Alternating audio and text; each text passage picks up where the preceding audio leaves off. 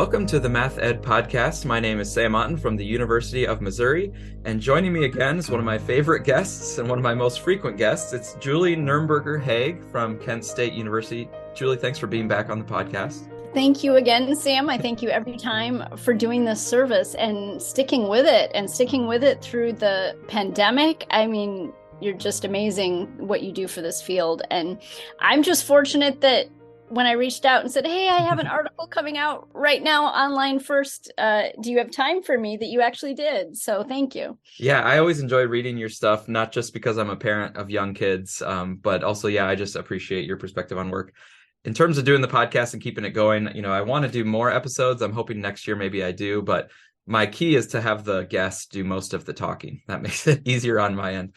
But yeah, for you, this is your fourth time, which puts you in kind of exclusive company. I think it's just you and Mandy Jansen. Wow. And Bill Zahner is like nipping at your heels with, I think, three visits. But yeah, always good to talk to you. And in the past, we've chatted about your research, looking closely and using some theoretical frameworks to understand children's books and like children's shape books, children's math books.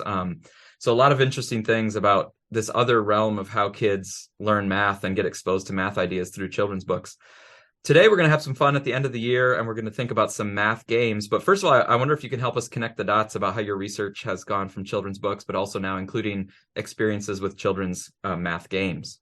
With regard to games, at first, I didn't know at first that it was connecting. But what happened is actually that Jamie Wernet partnered with me to refocus on my integer work that I had started as a graduate student.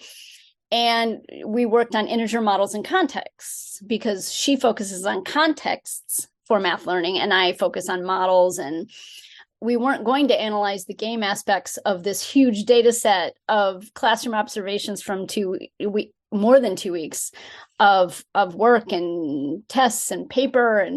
But we saw students shutting down during some of the games. And we said, whoa, these are supposed to help students and it's marginalizing at least some of them. We need to look at this. Games already fit with Jamie's work in contexts. Games are a context for learning. But when we started working on this and writing this up, I realized, okay, this fits the bigger picture of what I do with my base 10 number work, my integer work, my children's books, the intended and unintended consequences of the mathematics resources we use, both in classrooms formally and informally before they're ever in school or out of school while they're school age. Yeah. And if I said children, that's because I've been teaching instead of students. I had to train myself. I was a secondary math teacher, but once I started teaching future early childhood teachers, I had to switch my language to children. And sometimes I forget to code switch when I'm back talking to a broader audience. Yeah. Well, we can get into this article. You mentioned Jamie Wernet is a co-author with you and also Judy Benjamin. And this article is available in the International Journal of Education in Mathematics, Science, and Technology. So this is the IJEMST journal. There's some other journals that have similar letters, but this one is the International Journal of Education in Math, Science, and Technology.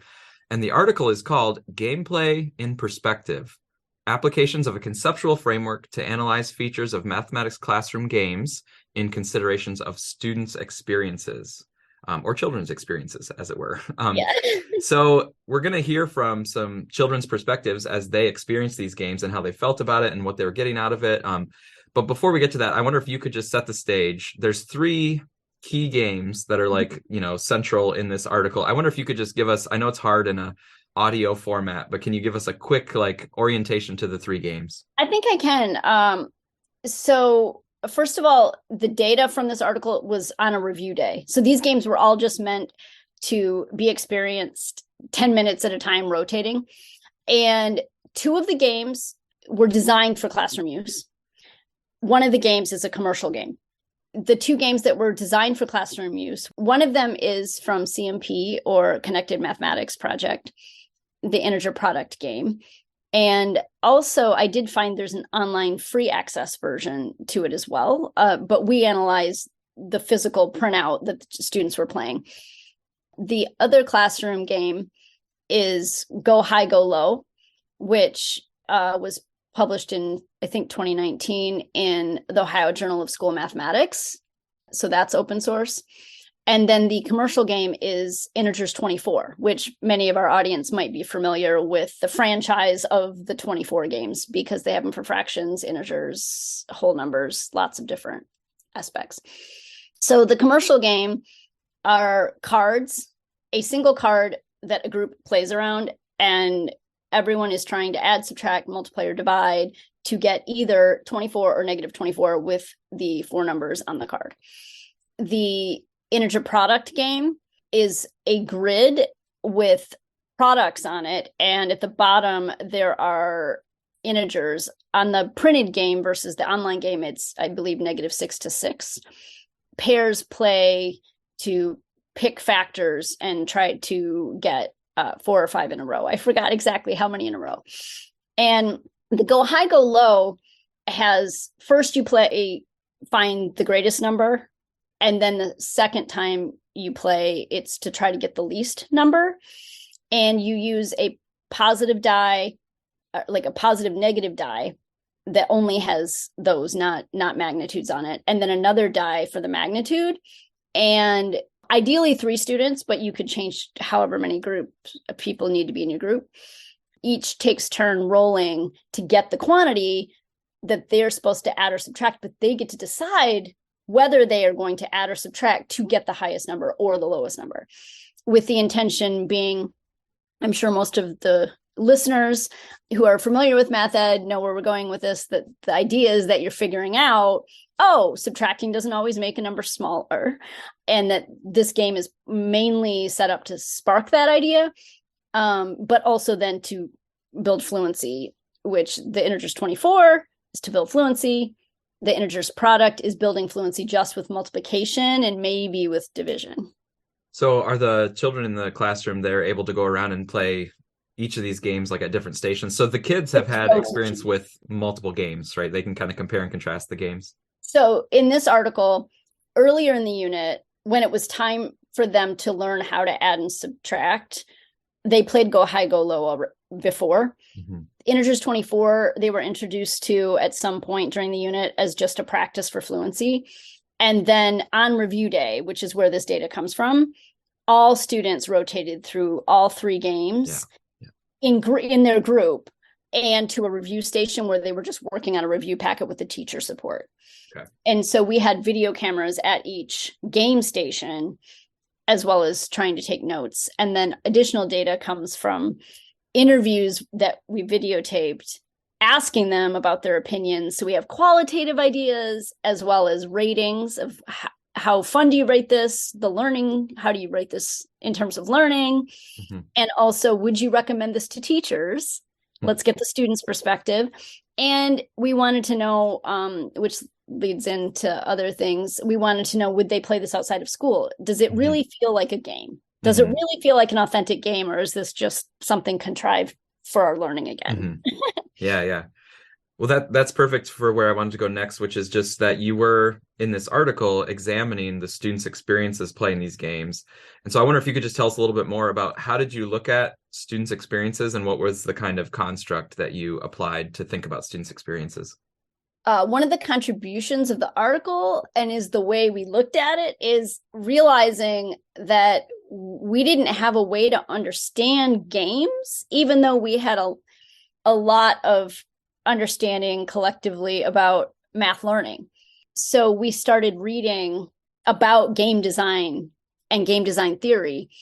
So our conceptual framework, we call it the Math Games Features Framework, so that we're actually looking at the features of the games just as we look at the features of a task, because we perceived games as a specific kind of math task.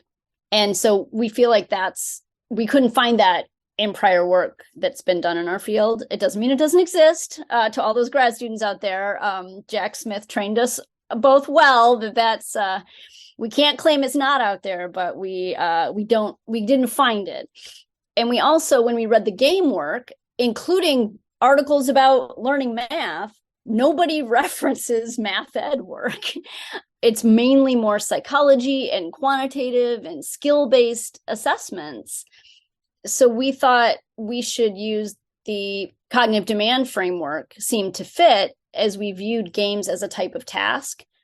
And we also, part of why we did this and part of why we made it open source is we want these kinds of frameworks to be accessible to teachers, that it shouldn't require a translation from researcher to teacher.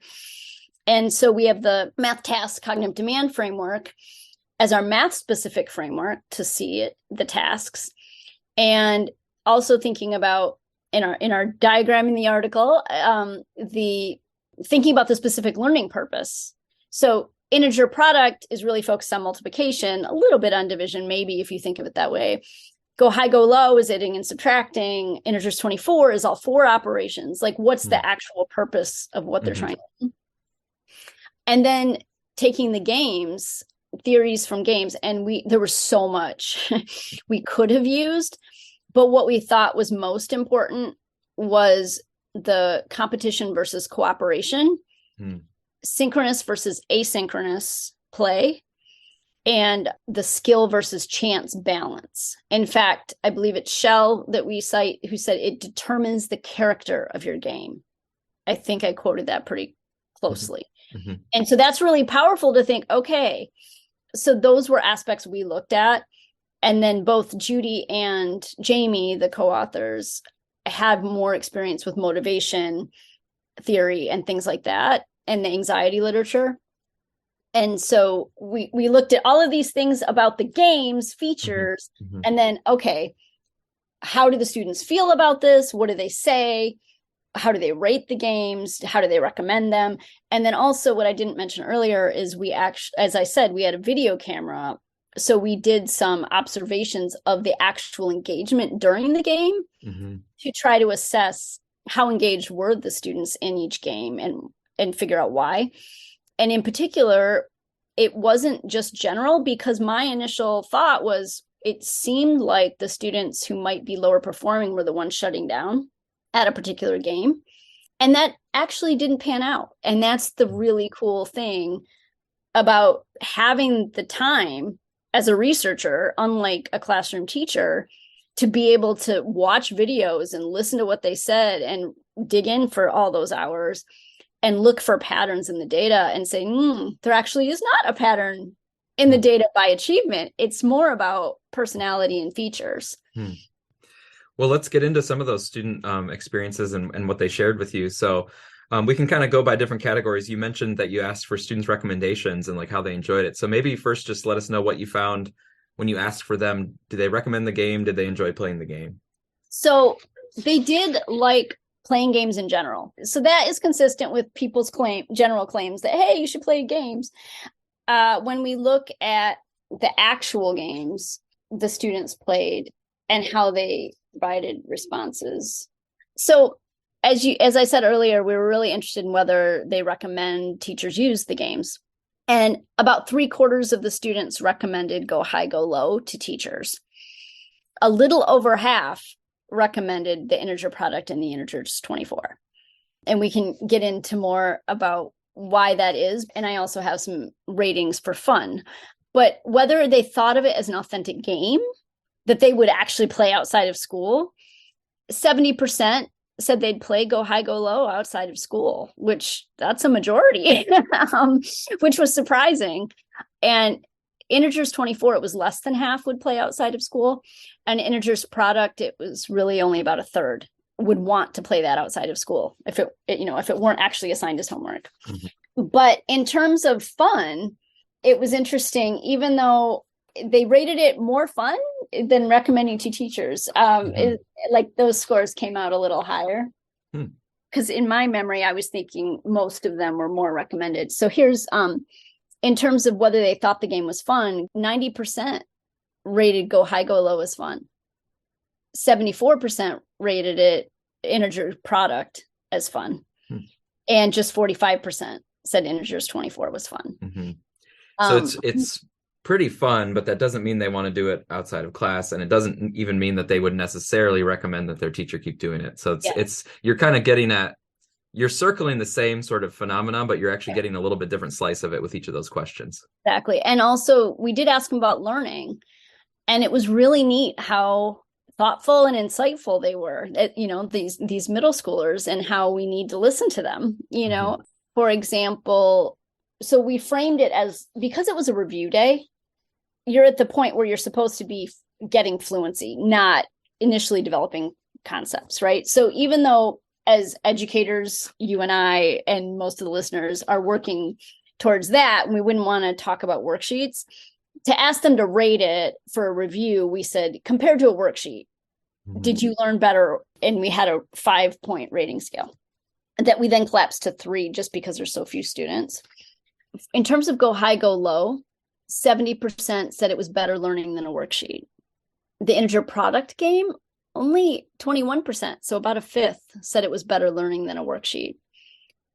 Integers 24, 75% said better learning than a worksheet. So better, and in this case, because we're talking about worksheet and it was on review day, it was really about, how does it help you review? I encourage you to read the article. The things they say are so interesting. We had such fun, including the people we acknowledge in the acknowledgements, who are future teachers. Had so much fun analyzing what the students said. What we ended up doing is creating a balance for the types of things they said, whether it was positive, negative, or neutral about a game. And we did a ratio. So go high, go low had a 17-3 ratio of positive to negative themes that came up. Integer product had a 13-3 ratio. And integers 24 had a 17-6 ratio. So go high, go low, and integers 24 were about the same in their positive, or were exactly the same, 17 positive themes. But the integers 24 had twice as many negative things come up as go high, go low. So this is great to get a kind of sense of how the students and the children were feeling about it. But then when you tied this to game features, and when you thought about that framework that you kind of assembled to think about these math game features, how did it relate to the features of those games, and what was kind of going on differently in this game versus that game? And did you see some patterns there? All of these games that were provided on review day were competitive. So we can't claim they wouldn't respond similarly or differently to cooperative games. But the word competitive was so often used in their responses as positive that we actually, that's one of the things they liked. That Did even the losers liked that? Well, I mean, since overall competitive was a major theme, I would say yes. But the way it was competitive is what changed things. Go high, go low. So if you're reading along on figure 3 with the framework, so you see that all of the games have the competitive feature. But go high, go low has an asynchronous, and so does integer product, where there's turn taking. But integers 24 is synchronous. And what we found is that synchronous with the competitive, combined with being purely skill, was very stressful for some students. It was highly motivating and helped. One person said something, I was focused and concentrated, for another. And that's what we care about. I have a background also in doing mixed methods that is more quantitative. So I value statistical analyses, but almost all the statistical analyses we do are about checking averages and comparing the average performance and if it's significantly different, or average perception. And we really wanted to have every voice heard. So the go high, go low game had chance and game strategy and math skill. So from game design theory, they talk about strategy or skill, and we clarified it for this purpose as the skills being a game strategy or a math skill. So go high, go low is a combination of all 3. Integer product was a combination of game strategy and math skill, but there was no chance involved. Everybody has the same board. The game strategy is in where do you place your factor to try to get your 4 or 5 in a row. And the integers 24 is purely skill. So pure skill with synchronous, with competitive, marginalized several students. That's the integers 24. Yeah. It's competitive, it's synchronous, and it's basically math skills is what you're doing. Exactly.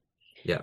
So what we took from this is to avoid marginalizing any student in class. Either we don't offer a game, or we don't require a game because we're requiring them to do things in class, right? It's not like an out of school game where they could choose. That we make sure there is a chance skill balance, which levels the playing field. It differentiates the game without making it a big deal.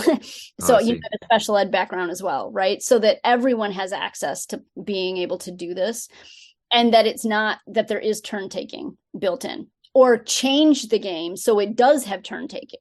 Mm-hmm. So maybe it's you don't play a certain game, or maybe you just modify it by taking a certain element, changing it to having dice or a spinner or a random number generator. And the cool thing about, for example, Go High, Go Low, you could use different dice. So you could do it with traditional dice or numeral dice that are up to 6, or you could do it with 10-sided dice or 20-sided dice, which is what we did. So just to sort of make sure I'm getting some of these ideas, is the synchronous part adds a pressure that can be off-putting for some students, and it might be like, no, we want to make sure they're included and that they're feeling good about the play.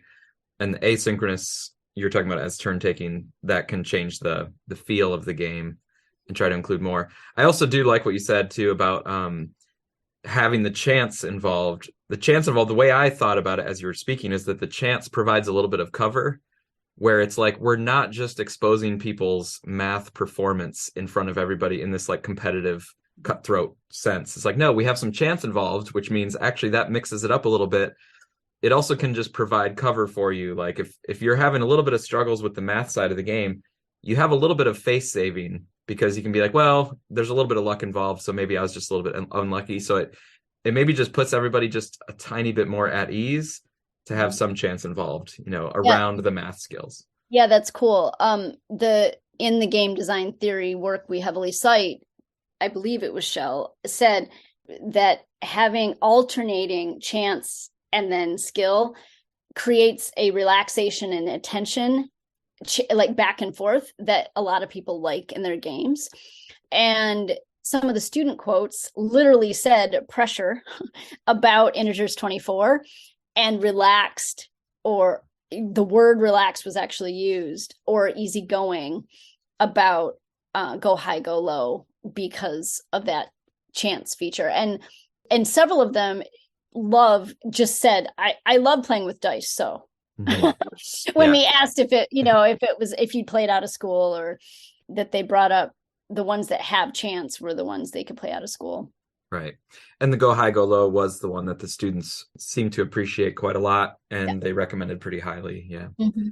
I wonder if you wanted to also comment on the cognitive demand, because you said you sort of thought of these games as a type of task. It's kind of a special type of task, but I wonder if you want to sort of close out the findings with a little bit of a comment about that part. Yeah, it was interesting. Our initial perception of some of the games demand levels before we really thought about it, and then also looked at students' responses to see how it actually was implemented versus intended, as the original Stein-Smith work says. So the Go High, Go Low, we determined was high cognitive demand, and the student responses, the qualitative responses, we provide evidence that we believe that's supported as well. The integer product, we and the students seem to agree that it actually was a low cognitive demand, even though it was designed for classroom use. It's just about multiplication for the most part, and it's more just about doing the procedure. I mean, finding the calculation each time. Integers 24, I actually was initially thinking, well, it's just skill based, so it might be low cognitive demand. It might just be procedures without connections. But when we thought about it more and we look at some of the student comments, we actually determined it to be high cognitive demand, because you had to problem solve what's going to happen if you do this or that while you're doing all these operations, and keep that in mind. Yeah, I can see the procedures with connections on that integer 24, because you're not just thinking about the operation that you're computing, you're also thinking about how it actually relates to other operations that can be done around it. And so there's a little bit of interaction that's a little different. But the last thing I did actually realize I wanted to get your thoughts on were that you, in your analysis, you actually did identify students who are high achieving in math and students who are low achieving. And I wonder if just how you see that layering over the findings that you were just discussing. Yeah, we did. In the article, you'll see there are separate analyses about this, because, as I said, as an observer, my initial interpretation was that that's who was shutting down.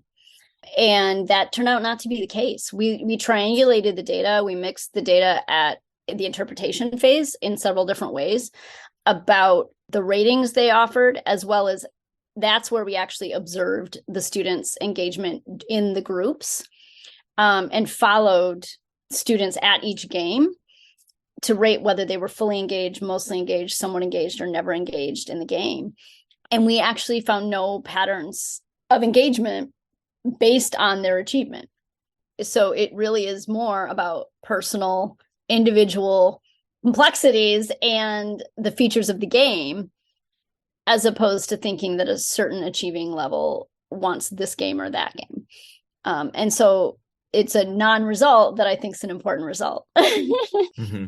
Yeah. And definitely more details in the article, so I encourage people to check that out. Also in the article, you have quite a few implications and connections that you discuss. You make connections to research, to practice, to quite a few things. But I wonder here, just for the episode, if you want to just grab one takeaway and share that, having done this analysis with your colleagues, what's the one takeaway that has really hit you from this work?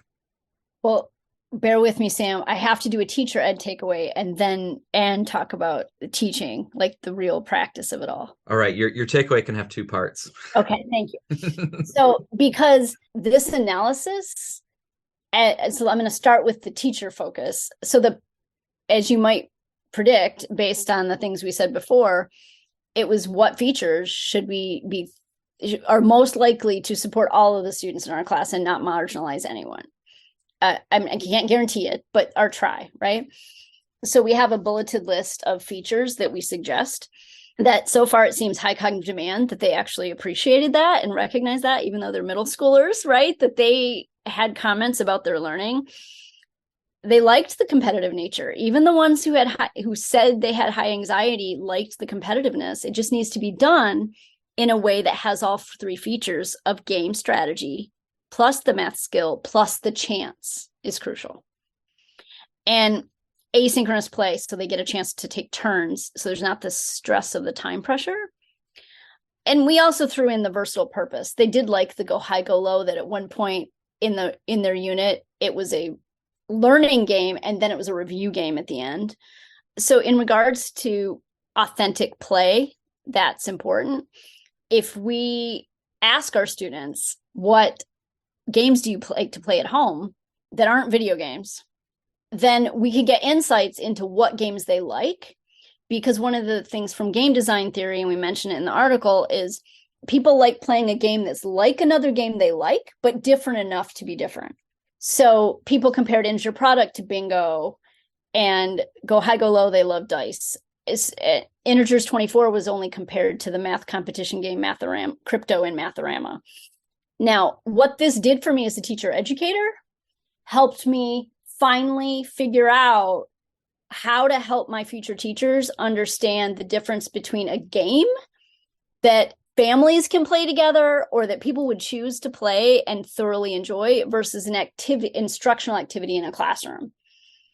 Because I was really having trouble articulating that sense that I had that no, adults and children aren't going to play this together the way you've described what you're offering at home. It's just a classroom activity where the adult's going to play a certain role. But if we know these are the criteria for a game, and chance means that the adult might not always win, instead of it just being skill-based, it changed my teaching practice for my methods courses, and how I could support them. And so I hope it will for others as well, in addition to what we do with actual classrooms choosing games, and then research and scholarship that we actually use game design theory as we think about games, as well as actually specific frameworks from math ed instead of what is typically done in other fields about math games. Mm-hmm. Well, thanks so much for sharing about that work, Julie. And it's been great talking to you. And I just want to thank you for being a guest to help us wrap up 2022 in the Math Ed podcast season. We do have a new year, 2023, coming right around the corner. And I know you have some things you're involved in, both in research and working as a kind of math specialist in high need schools. But I wonder if you want to just share a little bit about your professional goals and things you're looking forward to in the new year. Oh, thanks, Sam. Yeah, I am really excited for the future. We've all been through a lot in the last few years because of the pandemic, and many of us just from other things that are normally happening in life. But we really took a hit in our life, and for personal reasons, I had to make the really difficult decision to step away from my tenure track position before I ever submitted my tenure file, just to make sure that I prioritized our personal situation so that I could keep doing this work long term instead of making the future less possible. Let's put it that way. But really, I just have always been passionate about making a difference. And I grew up in a high need school district. And there are certain things with my research that I'm really focused on. And I became more focused, like to be able to articulate them just within the last year. Within the next 10 years, I want to spark a shape utopia in which we are no longer giving children from birth inaccurate shape information. And with the forthcoming article in Mind, Brain, and Education, that we have a way forward for how to teach shapes better. My integer work, I'm so excited. 2 of the articles that are open source this year, this article and one that's the integer test of primary operations, that hopefully anyone doing scholarship in negative numbers will use as a validated and reliable measure to change integer instruction, and my base 10 work. So I'm very excited about all these things, but I have to temper it with what we can handle with, and that's why I had to step away from my position. And we know how tenure tracks works, that it's not like a colleague who was a teacher and she was able to step away for a year and go back part-time and then, or 2 years, and then have a job waiting for her. That's not how our tenure track works. And so I had to make that difficult decision. But what I am doing right now, probably for the next 2 years, and then we'll see where that takes me, is I'm a visiting scholar now in the Department of Psychological Sciences, also at Kent State. And I am working in high need districts as a consultant as I can fit in for the time that we have to fit in these things. Mm-hmm. Well, Julie, again, I'm glad to have you on. You basically have an open call. As anytime with those new articles coming out, I'd love to have you back. I appreciate all your work and really do wish you the best in your work next year. Thank you so much.